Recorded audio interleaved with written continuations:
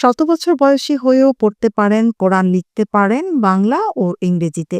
কোনো বিদ্যালয়ে শিক্ষকতা না করেও তাকে মফিজ মাস্টার নামে চিনে সবাই। তার কাছে পড়াশোনা করে অনেকেই সুপ্রতিষ্ঠিত, বড় বড় চাকুরিজীবী। তবে বর্তমানে খুবই মানবেতর জীবনযাপন করছেন মফিজ মাস্টার দম্পতি। মাহফুজ রাজার প্রতিবেদনে থাকছে বিস্তারিত। কিশোরগঞ্জের হোসেনপুর উপজেলার গোবিন্দপুর ইউনিয়নের ডাংরি গ্রামের প্রায় ১০০ বছরের প্রবীণ ব্যক্তি মফিজ মাস্টার এখনও সবকিছু প্রায় স্বাভাবিকভাবেই করতে পারেন। কুরআন ও বই পুস্তক খালি চোখে পড়তে পারেন। এছাড়াও বাংলা ও ইংরেজিতে লিখতেও পারেন তিনি। গ্রামের মানুষের কাছে এই বয়সী মানুষটির আলাদা ভক্তি রয়েছে। তবে খুবই মানবেতর জীবনযাপন করছেন বর্তমানে, কিন্তু শত কষ্টেও আত্মসম্মান বোধ থেকে হাত পাতেন না কারো কাছে। জানা যায়, সরকারি কোনো প্রতিষ্ঠানে চাকরি না করলেও স্বাধীনতার আগে থেকে গ্রামে ছাত্রদের পড়াতেন নিজ উদ্যোগেই। তাই গ্রামে তার পরিচিতি মাস্টার হিসেবেই। পড়াশোনার সুবাদে তার হাজারো ছাত্র সারা দেশে ছড়িয়ে ছিটিয়ে রয়েছে এবং সরকারি গুরুত্বপূর্ণ চাকুরিতে রয়েছে অনেক ছাত্র।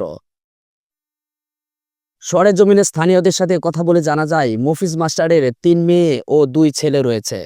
সবারই বিয়ে হয়েছে। রিজিকের তাগিদে ছেলেরা ঢাকায় কাজ করেন। বাড়িতে তার সহধর্মিণী রয়েছে, তবে তিনি দীর্ঘদিন ধরে অসুস্থ। হ্যাঁ, এমনি যে অবস্থা ঘরটা ভাঙলে গেছে গা,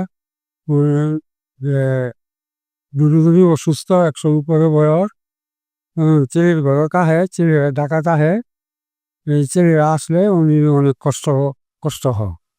আমাদের প্রতিবেশী, ওনার বয়স হয়ে গেছে ১০০ বছর চুই চুই, কিন্তু ওনার তার মতো একটা বাসস্থান নাই। আমার ভাই ১০০-র ঊর্ধ্বে বয়স হয়েছে, কাজ কাম করতে পারে না। আমার ভাবেও অসুখ, দুজনেই অসুখ। একটা ভাঙা ঘরের মধ্যে ঘর নাই, খুব অভাবে চলে। আশেপাশের মেয়েদের দেখছুন করে। মফিজ মাস্টার ধর্ম পালনে অধিক মনোযোগী, পরহেজগার মানুষ হিসাবে এলাকার সবার নিকট সম্মানিত ব্যক্তি। এছাড়াও গ্রামের মানুষের বিশেষ আমন্ত্রণে প্রায় প্রতিদিন বাড়ি বাড়ি যান। সবাই তার নিকট দোয়া নেওয়ার জন্য আসেন। মানুষ খুশি হয়ে যা দেন তাই হাসি মুখে গ্রহণ করেন। তাই দিয়ে নিজের চলার খরচ মিটিয়ে থাকেন। দিনে ৫ ওয়াক্ত নামাজ আদায় ও রমজান মাসের সবগুলো রোজা তিনি পালন করে থাকেন। গোবিন্দপুর ইউনিয়নের প্রতিবেশী গ্রামের সাংবাদিক রাজু আহমেদ বলেন, উনি খুবই ভালো মনের মানুষ। এখনও তিনি অনায়াসে কুরআন ও বইপত্র চশমা ছাড়াই পড়তে পারেন।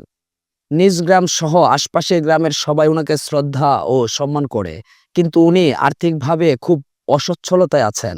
অন্তত থাকার মতো একটা ঘর হলে স্বস্তি পেতেন। বাবা, আমার ঘরটা ভাঙ্গে পড়ে রয়েছে।